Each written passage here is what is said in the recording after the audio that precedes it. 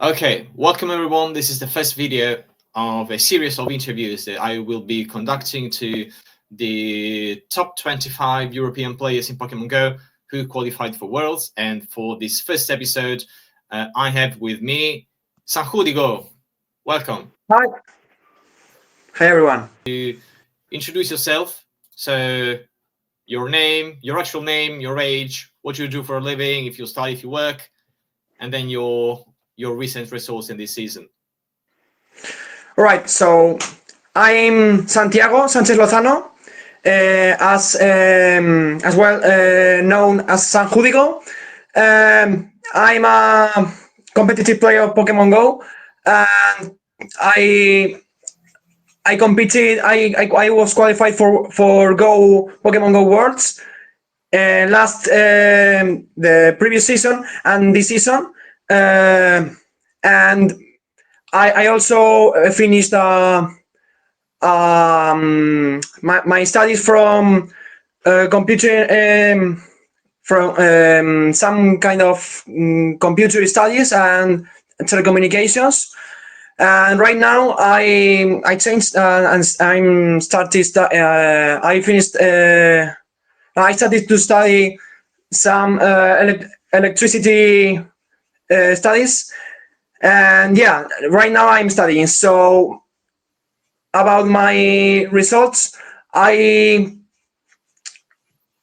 finished top 16 in the European leaderboard of Pokemon Go, and my results I think that were a bit worse than the previous season, but still proud of myself. Finished both times in the top 16 of Europe. So yeah, I competed in 7 tournaments this season. My first was 2025 Lille, and where I finished top 24. Almost day two, but Gengar Life was very consistent against me. I couldn't do anything else, and then my worst result, and that is always in Gadangs. I don't know why. When I finished top 64. It happens sometimes. It's not our fault sometimes. Yeah. Well, and then I traveled to Sao Paulo because I get the LAIC 2025 stipend from last season. So I traveled to Sao Paulo to compete in the LAIC and finished barely in the day two, top 32. So not bad. And then I was to Stuttgart 2025 with same result as Lille, one round ahead of the day two. Yeah. And then in this year, with the start of the 2025 in Birmingham, was my best result of the season with a top 8.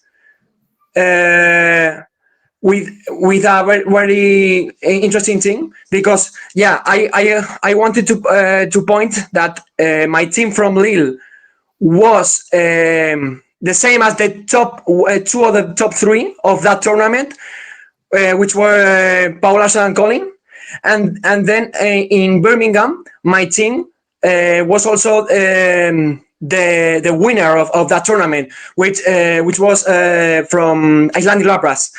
Yes. So yeah, and then in 2025 UIC, I barely got the day two as same result as LAC with a very interesting team. And then my last tournament was 2025 Sevilla with the start of the slightly different meta change with Tinkaton, because it was the first time we could use Tinkaton in tournaments. So yeah, top 12. So barely day two in that tournament. So not bad. And that's all. Yeah, I see from for your teams that basically the Sevilla one is the only tournament where you didn't use Azumarill. Yeah, So yeah, that's interesting. And also, I saw that you brought Ariados 4 times in this season. yeah. So lots of Azumarill, lot of Drapion, which is a natural Azumarill companion, and yeah, Ariados. I wanted to know, why did you decide to bench Azumarill for Sevilla? All right. So yeah, I decided to bench Azumaril for Sevilla because the trend of the meta I was expecting, apart from Tinkaton, because Tinkaton can entirely wall all the, like, except Hydro Pump, which I think it was a bit worse in this meta. Ice Beam and Player Off was walled by Tinkaton, and also in that time the increasing of Lapras was also a thing. And Lapras, even without School Bus, is also a bad matchup. So yeah, I didn't remember anything else, and maybe I didn't. I also didn't want to bring two fairies, but yeah, I think that was my two main reasons to bring to benching the Azu. And yeah, and I wanted to try Golisopol also. Yeah, yeah. Yeah, Golisapod was definitely interesting. I saw a lot of players actually try Golisapod, and it is able to put up a fight against Shadow Jumpluff as well, because two Exceeders basically take Jumpluff if Shadow into the red. Yeah. So yeah, definitely, it's not a so terrible matchup, especially if you have some sort of energy jumpstart.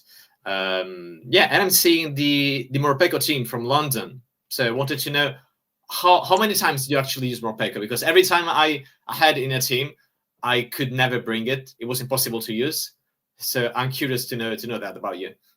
Yeah, I have to say that that team was the I was most proud of my team in this season, because I think was the most original. I think it was only a build from myself, because the other one was mainly built or copying another successful team of some player, or the trend of the meta in that moment.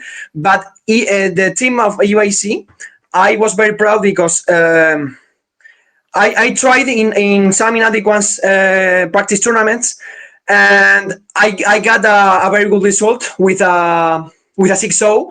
So that was my main reason to bring a team. And about Morpeko, I think that in that time it was interesting, because some teams, the only ground type people brought was Gigasby, or maybe Clodside, which I think Morpeko has much more play than one can think. Not a mod slapper like Kwag or Gastrodon, or Claydol. But yeah, and I'm not bringing Morpeko in every single round, obviously, because I think I faced like two Kwag, I think, or two. Yeah, one Gastrodon also. So it was tricky to bring, but I remember that my first 2 rounds, Morpeko was really safe, because one person, one player only brought Digasby as a counter, and another player only brought Serperi as a counter, which is not as good. So yeah, interesting, but not the best pick. But just could carry me some rounds, not everything.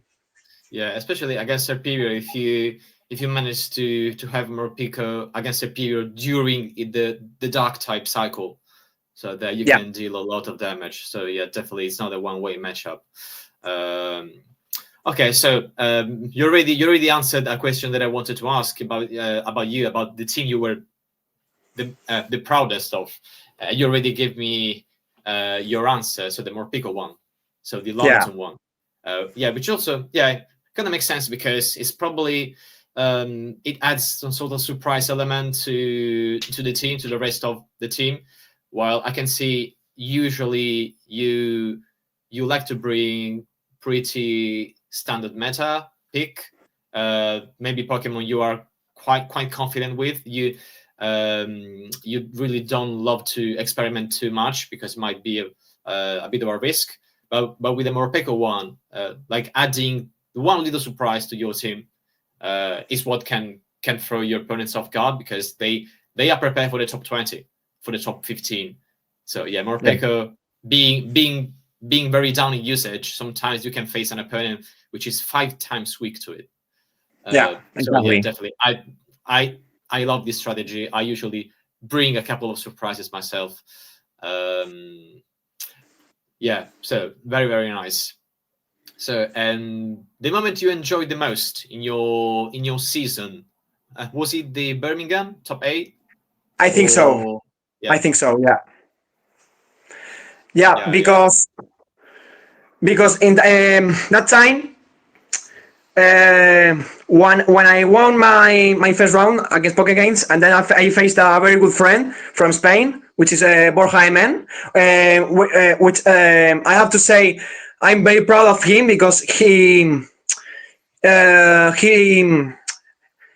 a very good results this season.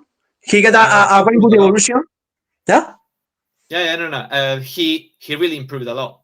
Yeah, exactly. He improved a lot, exactly, and he beat me really well in our first round in Birmingham.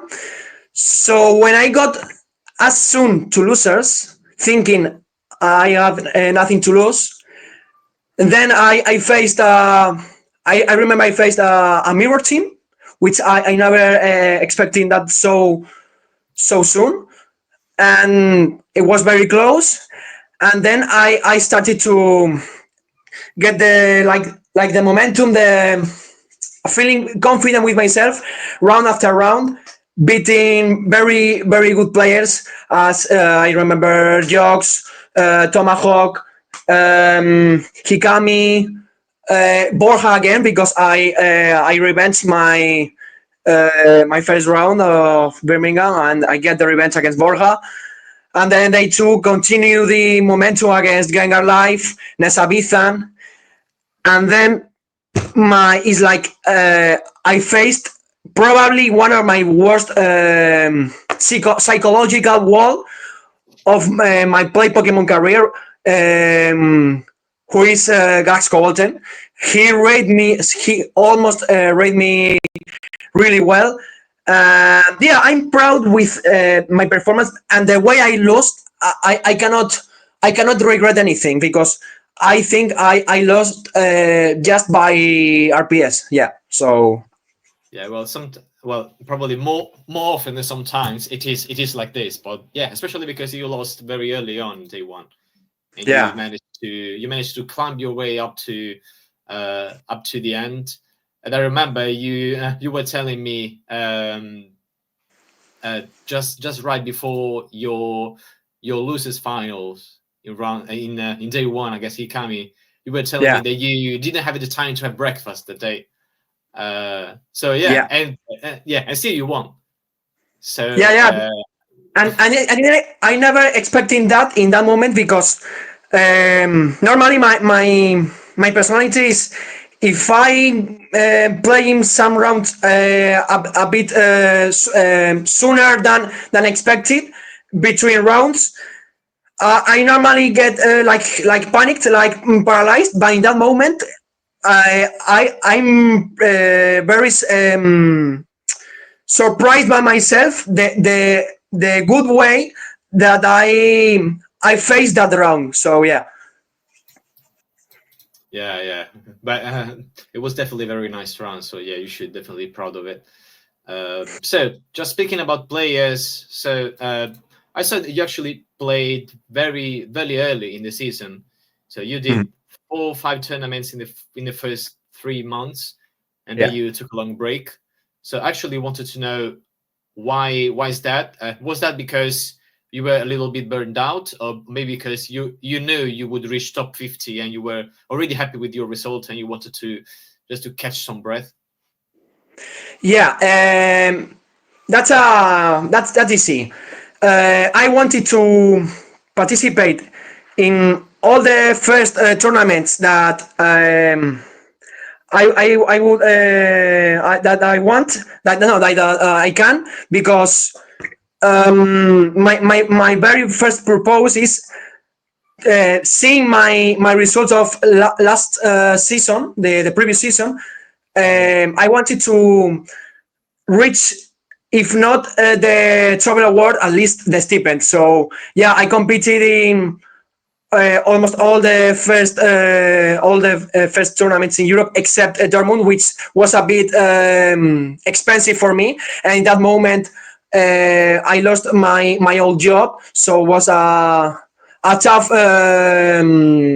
moment to go to Dortmund, and then the rest, getting the new job, and with my objective very clear, I competed in all that I could, and just after Birmingham, I thought that UIC probably was the very decisive tournament to keep competing to get the travel award stipend or not. So the top 32, seeing all the results of the rest, gave me less confidence.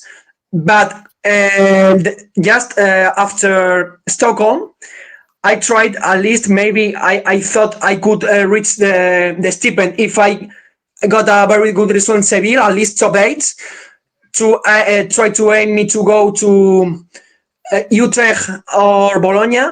But unfortunately, with the top 12, I thought that my mathematically my possibilities to get the travel award stipend was nearly impossible, and also losing my old recent job, and then starting to studying.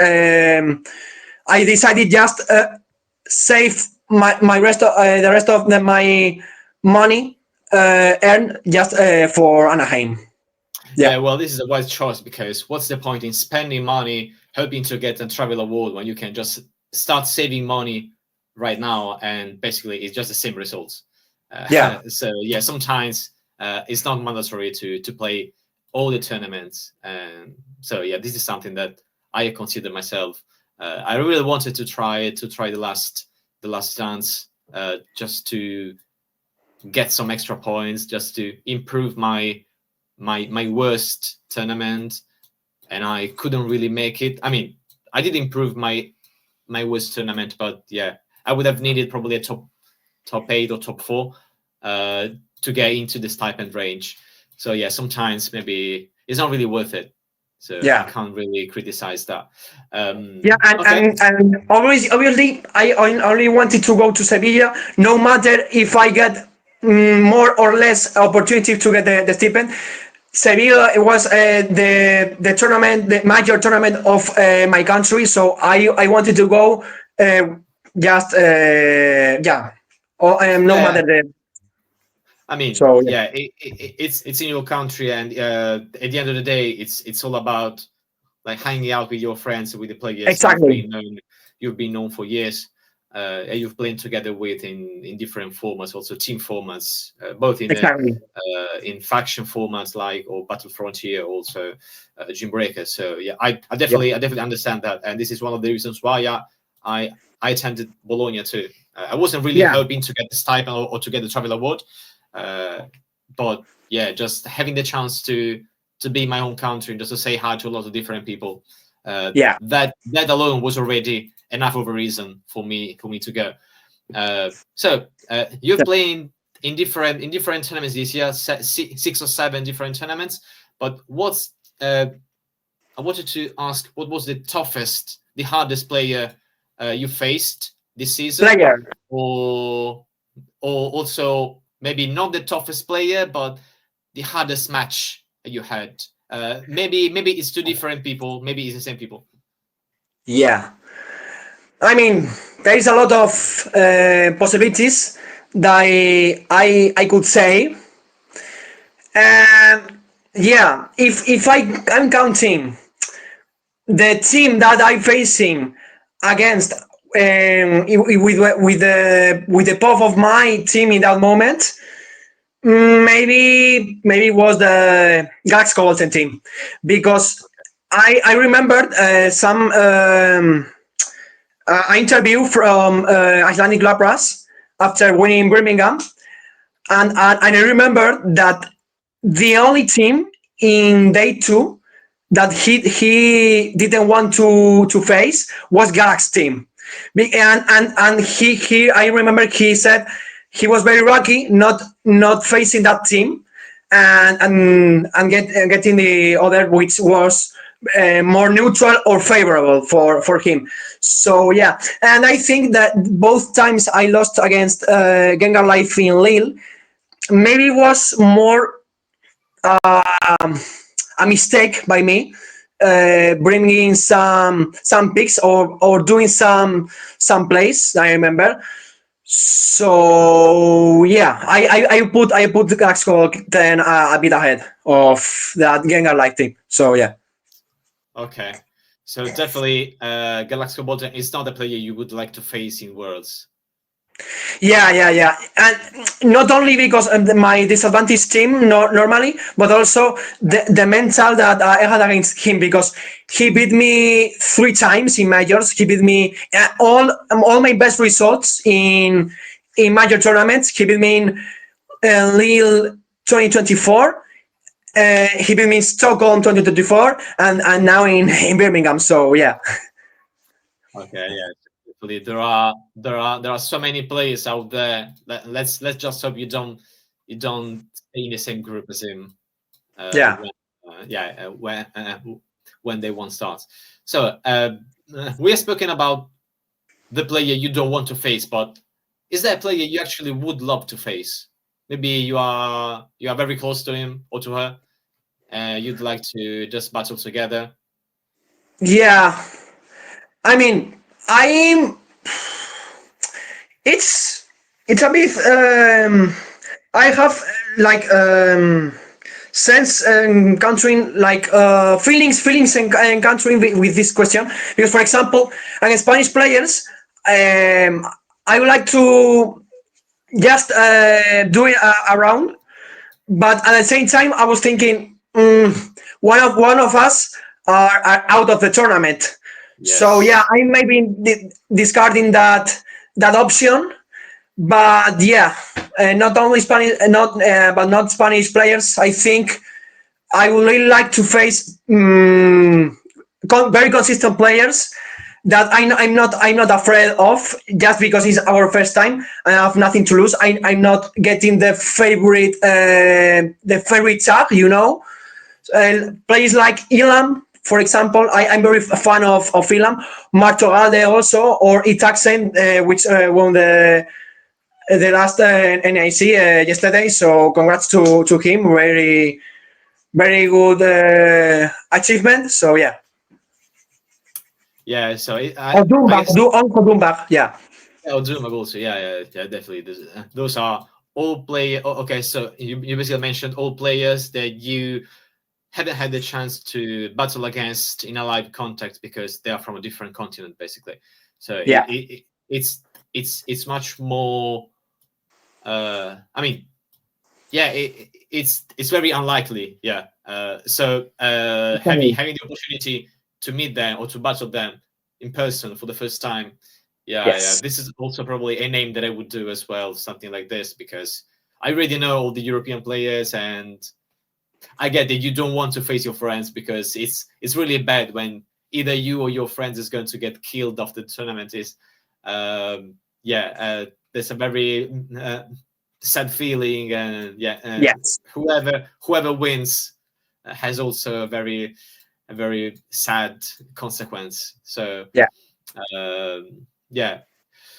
So speaking about, we spoke about how you suffer the play of certain players, or the play style, or just the play style of certain players, that you're not able to adapt as fast as they are able to adapt to yours. But do you usually or typically prep for specific opponents, maybe when you have some more time, like, I don't know, in other formats, but you prep for specific opponents knowing that they are a player who never shields, or that they are likely to bring some strange ABA lines. So do you try and exploit this prior knowledge about the players? Yeah, it's a very good question, and yeah, I think that I really like to prepare. Depending of the player I'm facing, in my opinion, it's very important to know the trend or the tendency that he's doing. Yeah, like you said, for example, no shielding or always shielding, or bringing very clear ABBs or very clear or some soft ABA. So if I know a player, because I try to get the knowledge of all possible players that I'm facing. So I think it's very important to get the knowledge. And yeah, I if I have enough time, if not rather between rounds in a row, or maybe I try to prepare more the team comp if I get in a day two, and knowing my the first team I'm facing and the player I'm facing the first in a day two, I always like to scream. And also in grassroots tournaments, I try to prepare as much as possible, just like 2 or 3 different screams, which opponent I'm and team I could bring. So yeah. Yeah, okay. So yeah, definitely this is a very viable strategy. The next question I want to ask you, and we are still in the field of play style. So has your play style evolved over time? I guess yes, because everyone improves and changes. But how has your play style changed over these years? Very interesting. The evolution of my playstyle, I proud the most, I think, is the way I'm counting all the Pokemon energy of from my opponent, because I think now I also very I think I also more aggressive than before. When I see the opponent, my opponent's mon in red HP, I like to go save switch. I'm on trying to snipe with my Pokemon and try to get the KO, or try to put nervous, get my opponent nervous. So yeah, I just proud of myself in that sense. Yeah. Yeah. So putting your opponent in the situation of doing something wrong by doing something exactly. very quick and very fast, and maybe they hadn't planned yet. Yes, this is something. Yeah, and about my team comp, I tried also. I never like to bring every time ABB or every time AVA, because I think I'm feeling that I'm falling in a trap if I get in that trend, because my opponent could predict me better than if I try to do slightly changes of tending to ABB or tending to ABA. So yeah, I think being a bit unpredictable is also necessary. Yeah, definitely. Well, the time of the ABB teams has ended a long time ago already. Like the Caleb Pang Skarmory double grass idea. It was very successful back in the day. Especially when we had 20 Pokemon available. But now that you can face anything, you can't really have an ABB that works for everything. So yeah, most of the time, and since you are likely to face opponents having lots of weird stuff in their team, and AU will not be prepared for all of them.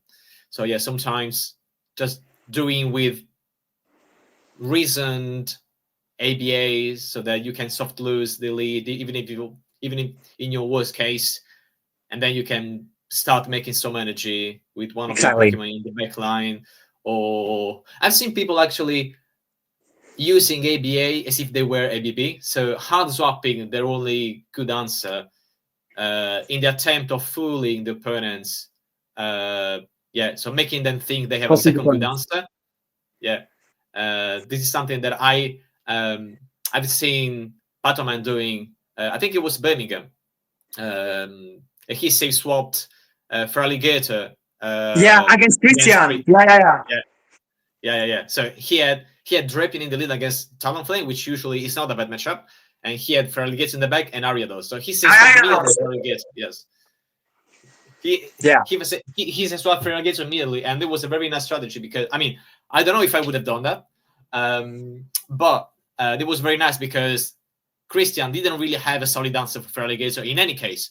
So you could just start doing 3 Shadow Claws. In the meantime, Talonflame was stuck into the Incinerate animation, stalling the clock, switching back into Drapion, and that would have ensured that Christian would have sent back Talonflame against the Drapion.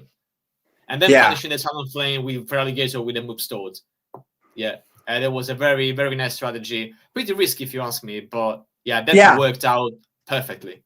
But he did that because Christian is Pato's best friend, and he knows very well each other. So maybe if he didn't know really well his opponent, maybe he is not risking doing that. But I think, talking about Talonflame, I like the pick in general.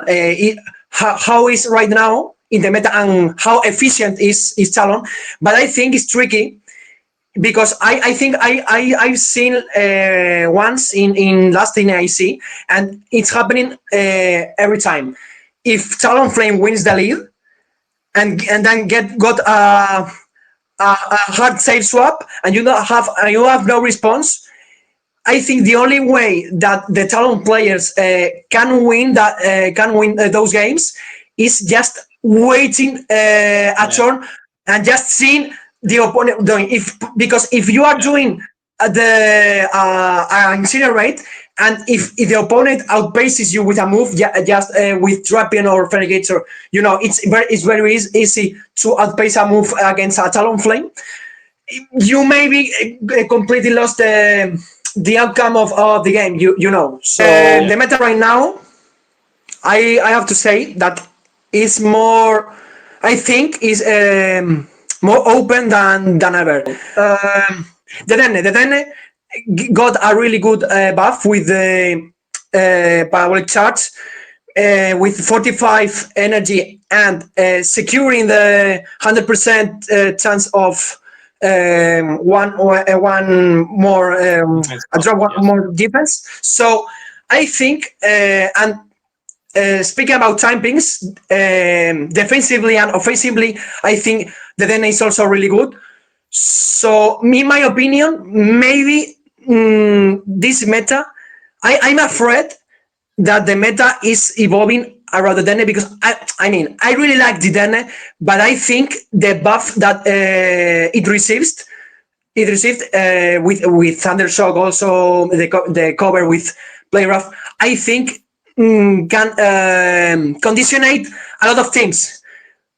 Because if you are not bringing, for example, if you are bringing 6 Pokemon neutral against the Dene, maybe you are losing, because the Dene right now is a really good snowball. So maybe that's the reason why we are seeing also a lot of Diggersby, because Clodside loses against Diggersby himself, even winning hard winning the Dene.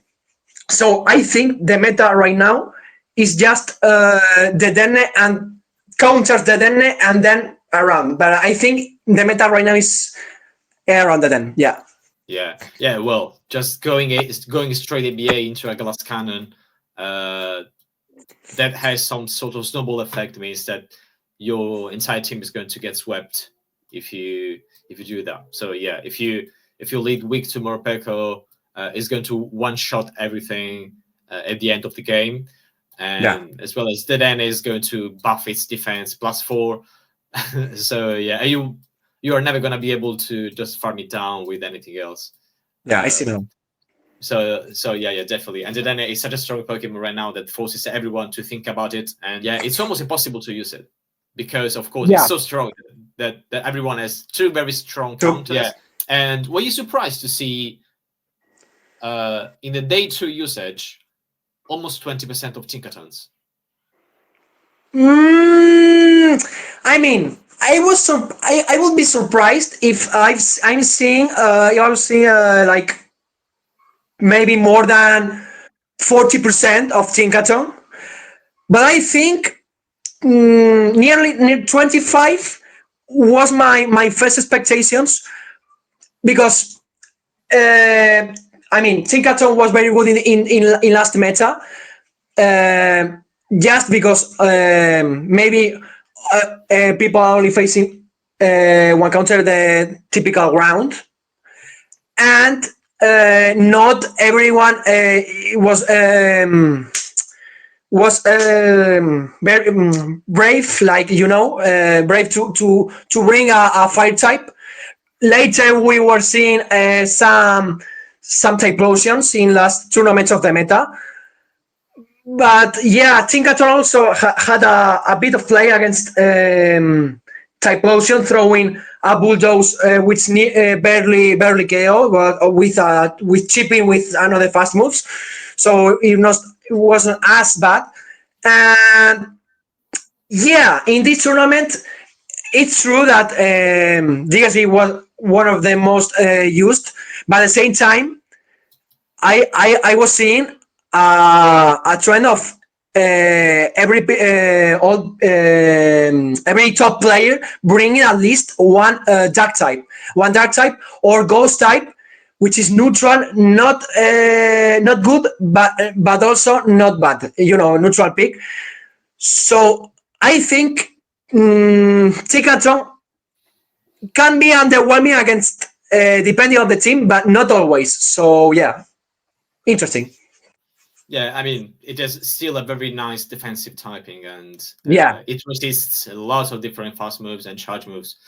So I can see a point for people still being attached to it, although it is definitely worse than the past meta rotation. yeah. Now it has become a little bit worse, and yeah, a second reason that I can see for Ticaton to get worse is that all these Dedenne and all this Drapion will be followed by a resurgence of Alula Marowak. Of Kanto Marowak.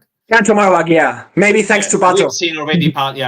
We already see Pato bring it, and I believe it was a nice call, especially Yeah, because we no longer see Jumpluff around, at least not as much as we were used to see for months. It's no longer at 60% usage as it used to be. And Marowak has neutral play against Dusclops, Diggersby, even against Lapras and Cradily. It's actually able to do some nice work. It is able yeah, to play against Mandibus, especially because now is Air Slash Mandibus. Yeah. yeah, exactly. In fact, now I remembered in Saturday the round which was Pato against Richie. I remember the last game, the game three. Pato seems in a very bad in a very bad spot of in terms of comp disadvantage, Yeah. and managed to got that game thanks to not giving farm to Jellicent and hard and aggressively safe swapping K-Wack into the Richie's Jelly Sand, which I think that was the start of Yeah, the like the comeback. Yeah, the comeback of the game. So I really like that play, and Richie responded with Krajili, yeah, and yeah, it's like soaked the all the Kwak energy, but Kwak deals neutral damage. So yeah, was a very lovely game to see. yeah. So this actually answers my next question. So my next question would have been whether the NAIC results that we have seen will be forcing people to adapt differently and to bring a new Pokemon. So yes, definitely Kanto Marowak. We will see some more, and Yeah. I'm also expecting to see more and more fire types because we Maybe. have seen how deadly Shadow Caesar can be if you give 2 shield to him in the lead. So you either have a perfect plan to handle it neutrally, so by using Dust Clubs and Diggersby, but then you have to hope it doesn't get boosted. Otherwise, you have to bring some serious counter to it, because otherwise it can just run through your whole team. Yeah, exactly. Yeah. We will see how many fight types we will see, because Typhlosion has a lot of problems, and Talonflame has the Dene problem. But Exactly. actually, Talonflame matchup is not that terrible against the Dene. You can still use 2 shields and force the Dene to use 2 as well. So who knows? I have to say, and I built a team. I have to say, I built a team with Turtonator. Wow. So yeah, I have to say, Turtonator. It seems really troll, right? And all the people when I told that what the reaction was like, what are you bringing? Yeah, it has a very efficient fast move, which has Incinerate, a very good touch move, a Nuke, which is Overhit. But I think the lack of the second touch move, Dragon Pulse, is a bit underwhelming, and maybe time beats are not the best. But in my head,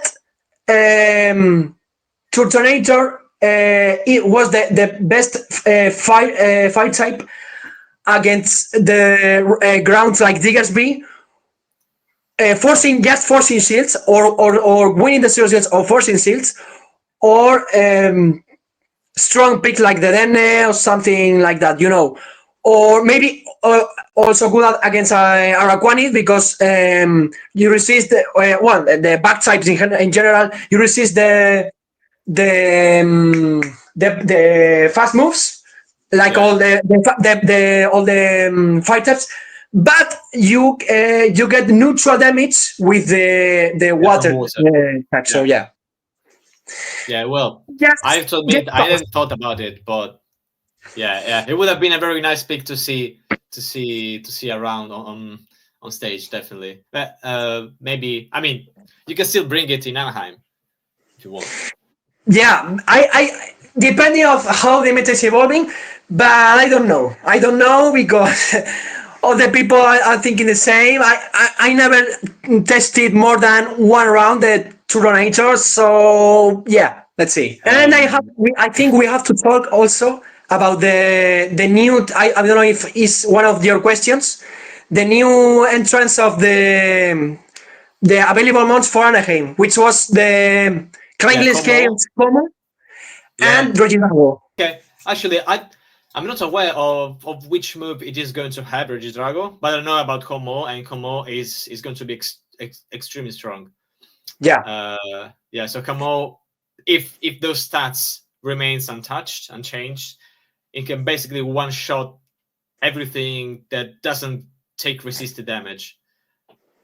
After the fast move, I mean, imagine a charge move with a 120 power. It means, and it is also a stab charge move. So imagine Avalanche from Frostless. Now imagine 50% more damage. Exactly. So 45. So Frostless Avalanche is 45, energy and I think 90 or 90 damage. 90 damage.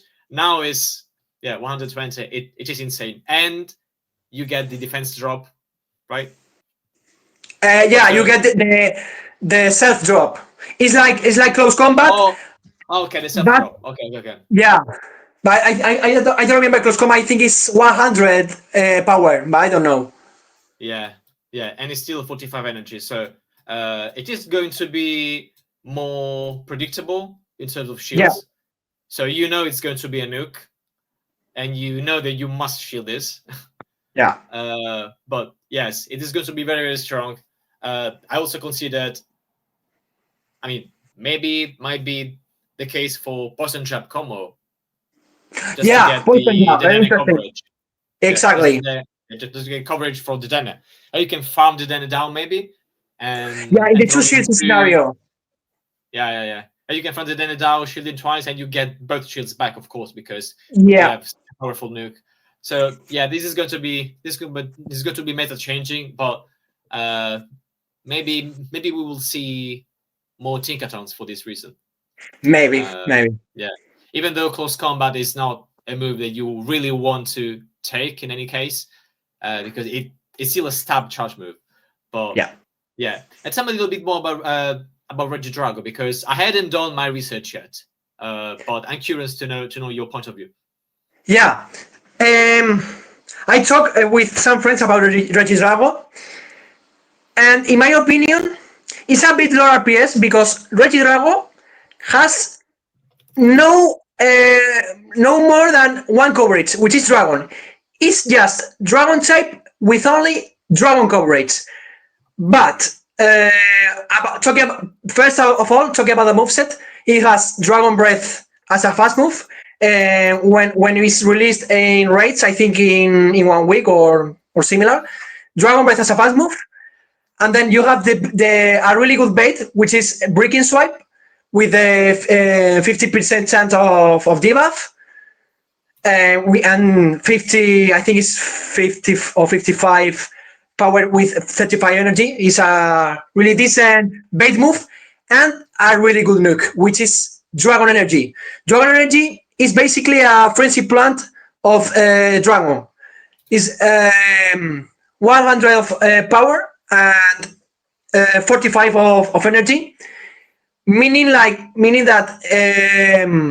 with the bulk of Regidrago, which is the attack comparing, it's very. I remember that Regidrago is very similar to Kwak. Okay, so I can. I'm looking at the.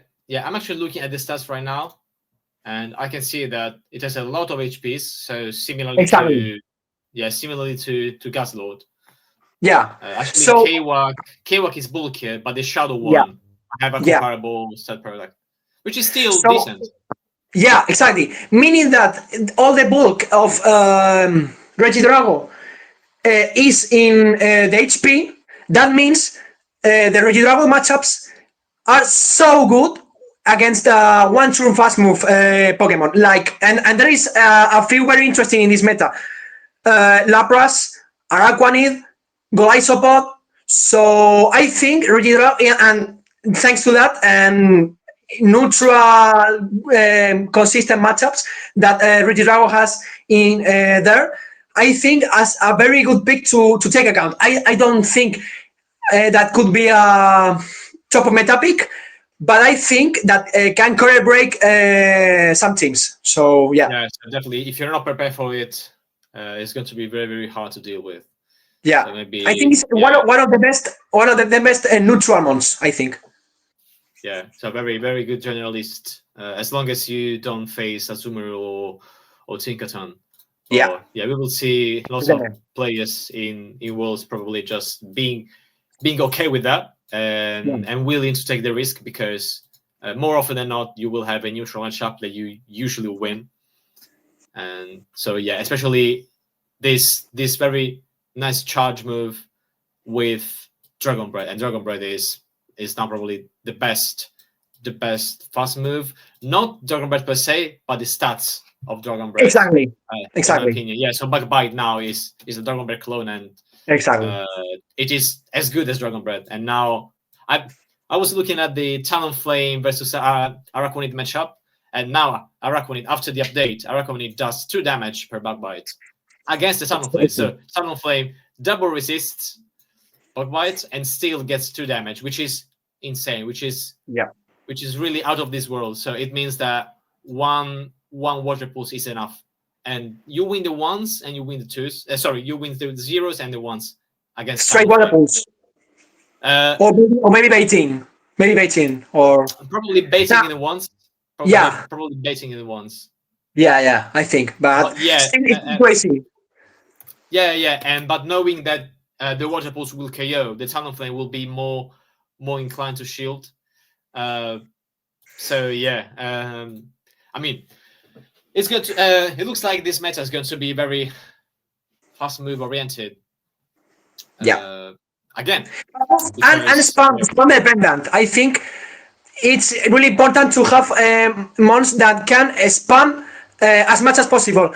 And I think for that reason, Fortress was a bit overrated than I expected, or by the majority of people, or PvPoke, because if you think about the typings, same as Caesar, but the moveset, you also can think that it's better with Backbite, Rock Tomb, and you can debuff the defense with Sand Tomb or Nuke with Earthquake, but it's very slow, much slower than Caesar, But it's also very slow.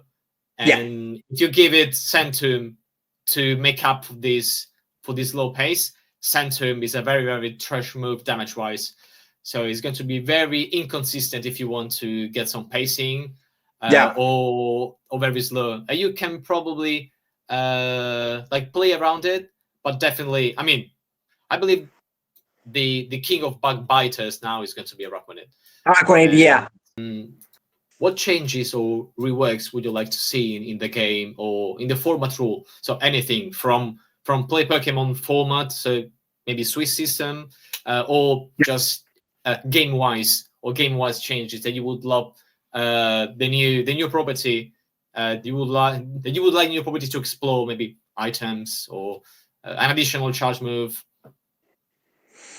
Yeah, I think about getting additional additional settings for the PvP Pokemon Go.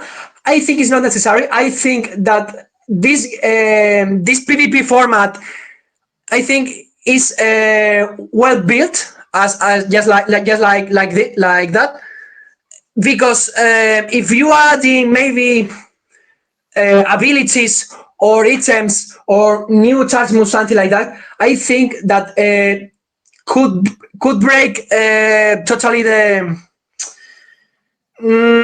sense of the game. Just like we know, I think the most important thing about this PvP is the timing reaction for everything. The team composition is also important, but especially the team reacting to staying on the lead, or swapping when we have to swap, or throwing when you have to throw. I think that is the point that this PvP has to maintain always. And about other formats, I really aiming to things play Pokemon format like Swiss. I think Swiss is completely necessary, not only for giving more spectacle, especially giving more opportunities to people to come back after, for example, 0-2, 1-2, or something like that, losing 2 games early, and having the opportunity to come back and straight to the top, and also giving opportunities to every people that is competing, and new people, competing. Everyone has the same rounds to get experience. Get experience. For example, if a tournament has a 6 round Swiss or 7 round Swiss, having the opportunity to everything to have the same experience. and yeah, I think that's all. And yeah, maybe in GBL format, giving a show 6 format. Yes, in GBL. Yes. And Yes, in Great League, I think it's important in Great League that the Future Scopely company bring the opportunity to playing indefinite a number of games. all the Great League matchup that you want, not just stack up with the with 25 battles per day. If not, we are in a Go Battle week, you know. Yeah. So maybe having a separate section. So besides the Great League, Exactly. for leaderboards, but also the practice league. So maybe where you can just Exactly. try stuff out. Yeah, that would be nice. Okay, do you play any game beside Pokemon Go? What do you like? Yeah. Right now, I bought the new Nintendo console, the Switch 2, Okay, and yes. I really like I liked since I was a little the Mario Kart games, so I'm enjoying so much this new Mario Kart game.